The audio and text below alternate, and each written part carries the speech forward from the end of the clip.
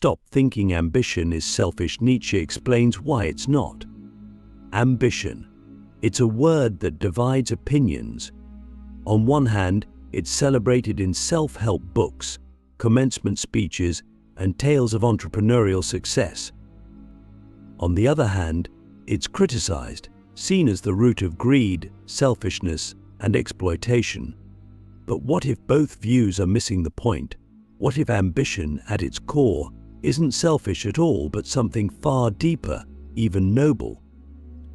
To understand this, we turn to Friedrich Nietzsche, a philosopher who didn't just redefine ambition, but completely flipped the way we think about morality itself.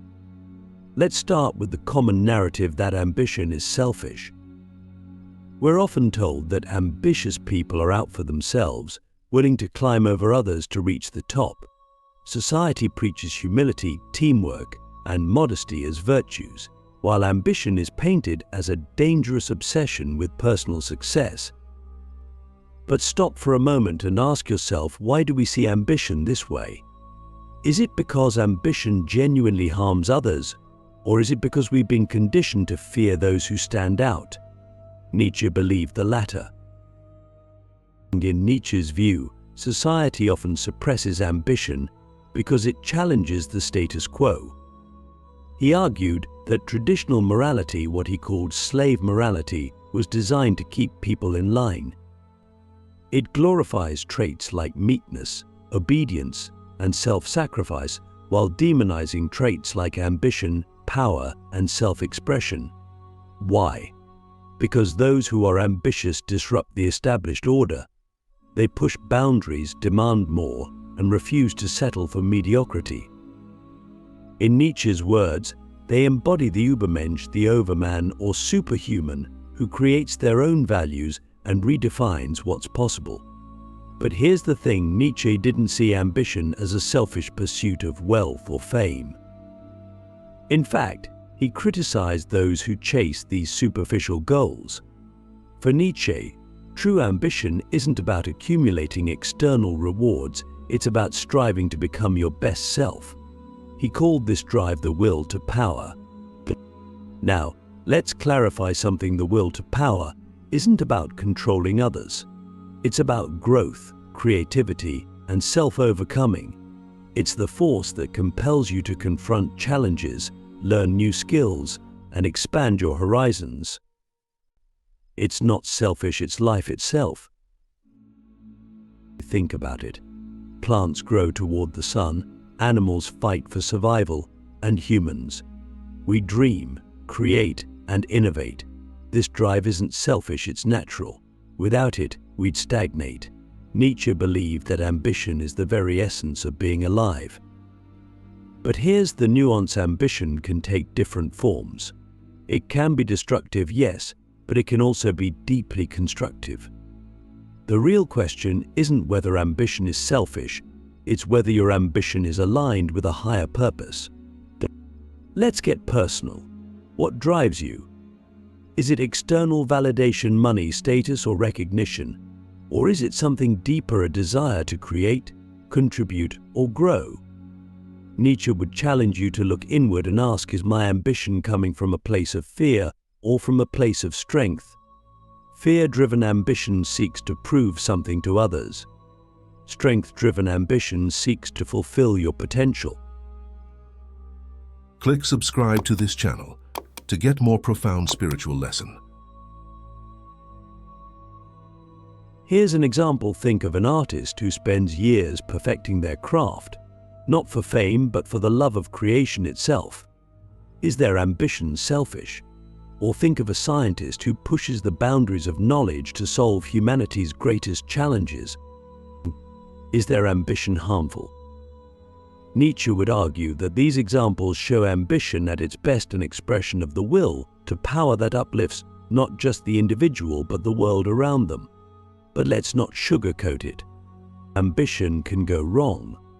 When it's fueled by envy, greed, or a desire to dominate others, it becomes toxic. Nietzsche was deeply critical of this kind of ambition, which he saw as shallow and self-destructive. He called it resentment-driven ambition, a hollow pursuit of power for power's sake. The antidote, he believed, was to align your ambition with your own values, not society's expectations. This requires courage, self-awareness, and a willingness to stand apart. So, where does this leave us? It leaves us with a challenge to redefine ambition, not as a selfish pursuit but as a creative force. To stop seeing ambition as a flaw and start seeing it as a responsibility. Nietzsche believed that each of us has a unique potential, a version of ourselves we're meant to become. Ambition, when guided by the will to power, is the path to that self-realization. Let's take a moment to reflect. What are you striving for? Is it something you truly value, or are you chasing goals that don't align with who you are? Nietzsche would remind us that ambition isn't about following someone else's script, it's about writing your own. And when you do, your ambition stops being selfish and becomes something much greater, a way to uplift yourself and those around you.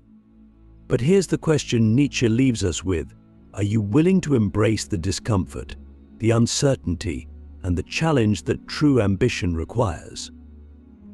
Because real ambition isn't easy, it's a battle with yourself. But it's also the most rewarding journey you can take. So, are you ready to stop thinking ambition is selfish and start seeing it as the key to your greatest potential? The courage to strive. Why ambition is a gift to the world. We've established that ambition, when aligned with a higher purpose, isn't selfish, it's a fundamental expression of life's creative energy. But let's face it, the world doesn't always make it easy to embrace ambition. The moment you start striving for something bigger, criticism often follows. You're labeled as egotistical, unrealistic, or even dangerous. So how do we navigate a society that fears ambition while harnessing it to create something extraordinary? Nietzsche understood this tension. He believed that true ambition requires courage, the courage to stand apart, to face resistance, and to pursue greatness even when it's misunderstood. He called this the path of the Übermensch, the individual who rises above societal norms to create their own values. But this isn't a path for the faint-hearted. It demands resilience, clarity, and above all, a commitment to your vision. Let's start with the first challenge: societal expectations. From a young age, most of us are taught to conform. Follow the rules, don't rock the boat, and stick to the script. Ambition, by its very nature, disrupts this narrative. It asks you to think for yourself, to question what you've been told, and to take risks. But here's the irony: while society often criticizes ambition, it also celebrates the results of ambitious people. Think of innovators like Nikola Tesla, Marie Curie, or Steve Jobs. Their ambition wasn't selfish, it gave the world new possibilities. But here's the catch: these individuals weren't motivated by external rewards alone.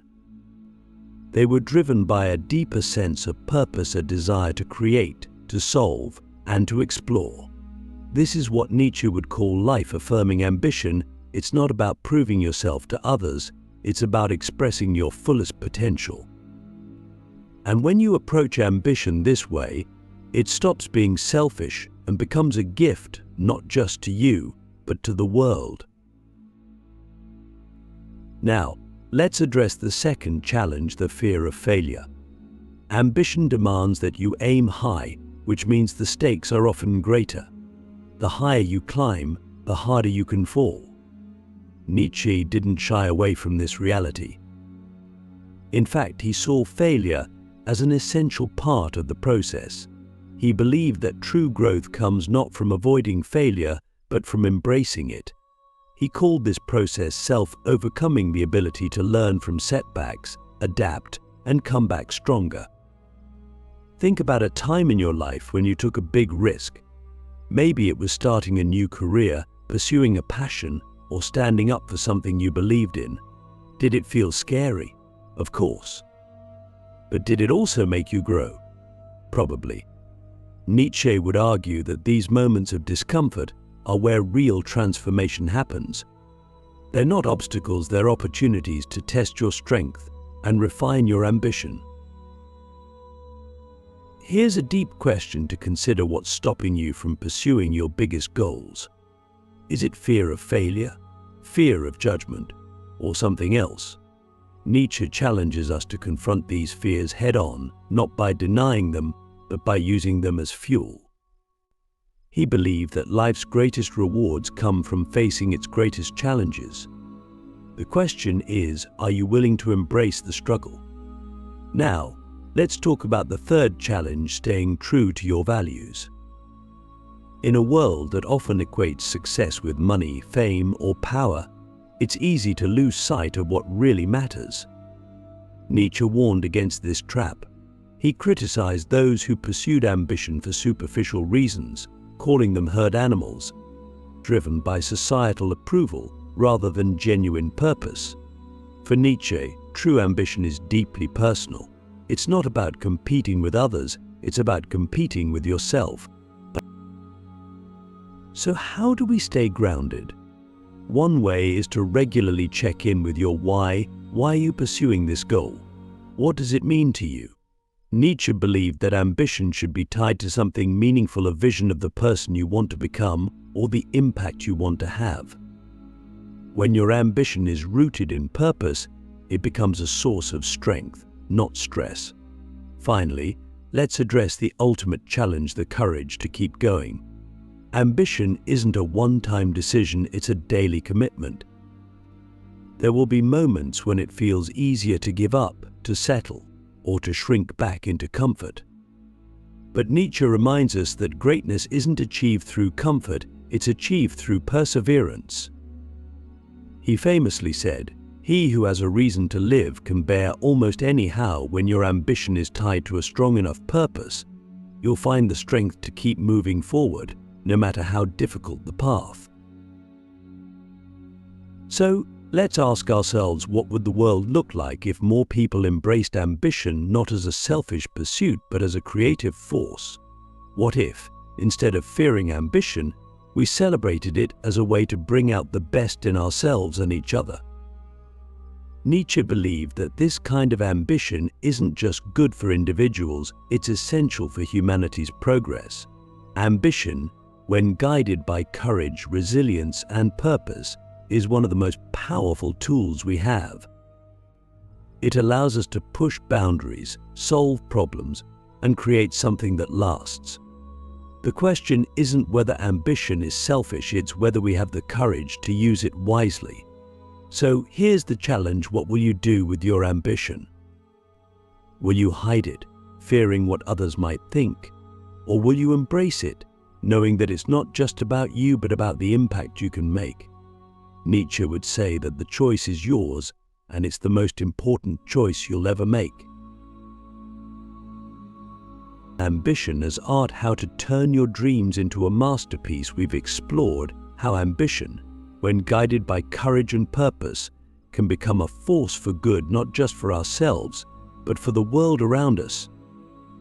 But there's still one critical question to answer: how do we transform ambition from a vague desire into something real, something tangible, something extraordinary? Nietzsche would tell us that ambition is an art form. And like any art, it requires vision, skill, and dedication. Let's dive into how we can craft our ambitions into a masterpiece. First, let's talk about vision. Nietzsche believed that great ambition begins with a bold and clear vision of what you want to create. This isn't just about setting goals, it's about imagining the life you want to live and the person you want to become. He would challenge us to think beyond conventional definitions of success and instead ask, what would a meaningful life look like for you? What would make you feel alive, fulfilled, and purposeful? But here's the thing: vision alone isn't enough. A painter can imagine a masterpiece in their mind, but it doesn't become real until they pick up a brush. Nietzsche understood this. He emphasized the importance of action, what he called active willing. For him, ambition wasn't about wishful thinking, it was about the relentless pursuit of your goals. So how do you take that first step toward turning your vision into reality? One of Nietzsche's most powerful ideas is the concept of amor fati, or love of fate. This means embracing everything that happens to you, both good and bad, as part of your journey. In the pursuit of ambition, you will face setbacks. There will be failures, obstacles, and moments of doubt. But instead of resisting these challenges, Nietzsche urges us to accept them as necessary parts of the process. He believed that the path to greatness isn't smooth, it's forged through struggle. Think about a time in your life when you faced a significant challenge. Maybe it was a failure that felt devastating at the time. But looking back, did it teach you something? Did it shape you in ways that ultimately made you stronger? Nietzsche would argue that these moments are essential to growth. Without them, ambition lacks depth. They're not just bumps in the road, they're the very material from which your masterpiece is created.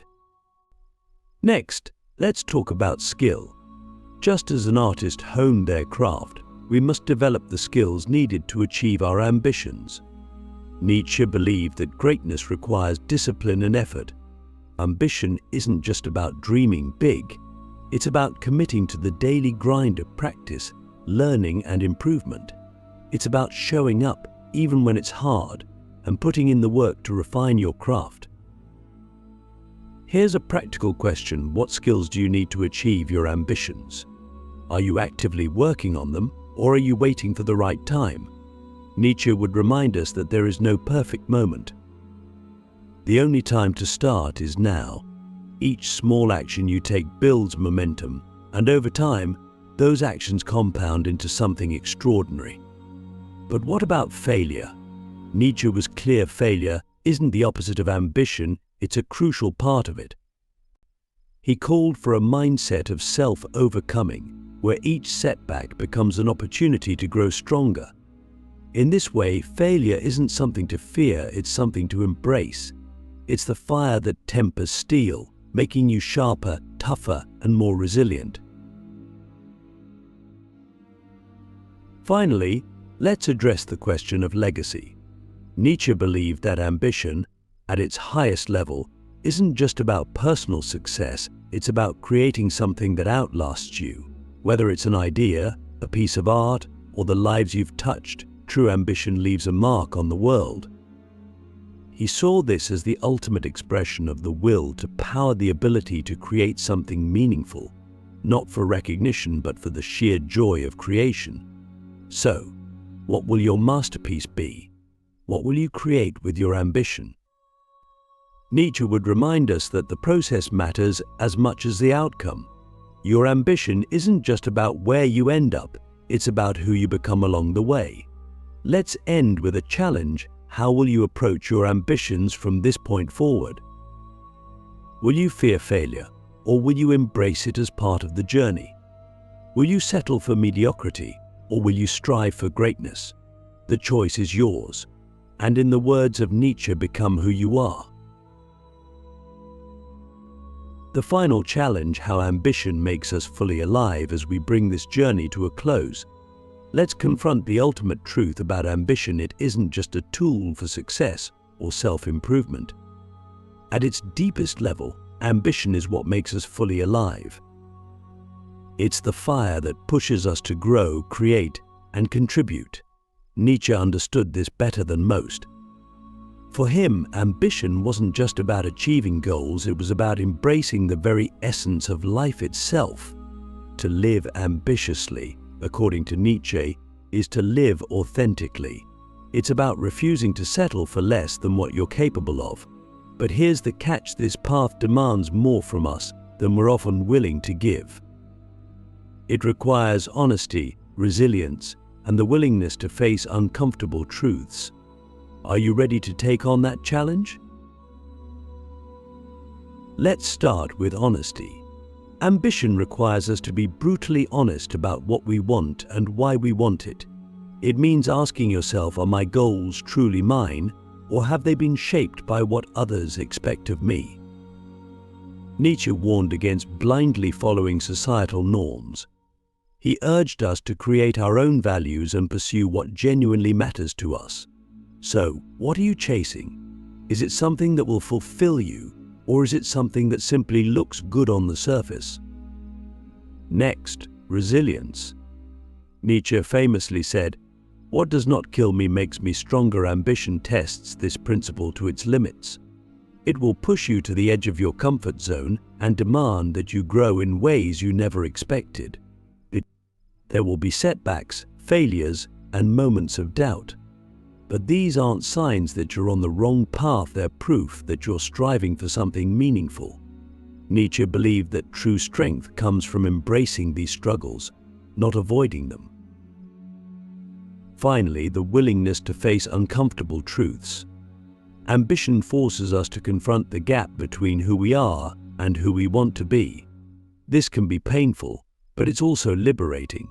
It reminds us that we're works in progress, always capable of change and growth. Nietzsche called this process becoming. For him, life wasn't about reaching a fixed destination, it was about continuously evolving, striving, and transforming. So how do we apply these lessons in our own lives? Start by embracing the process. Instead of fixating on the end goal, focus on the small, daily actions that move you closer to it. Celebrate your progress, even when it feels slow. And remember, ambition isn't about perfection. It's about persistence. Let's end with a final question. What does ambition mean to you? Is it a selfish pursuit, or is it a chance to create something meaningful for yourself and for the world? Nietzsche believed that ambition, when guided by purpose and courage, is one of the most profound expressions of what it means to be human. So, what will you do with yours? The answer lies not in your words, but in your actions. The time to begin is now.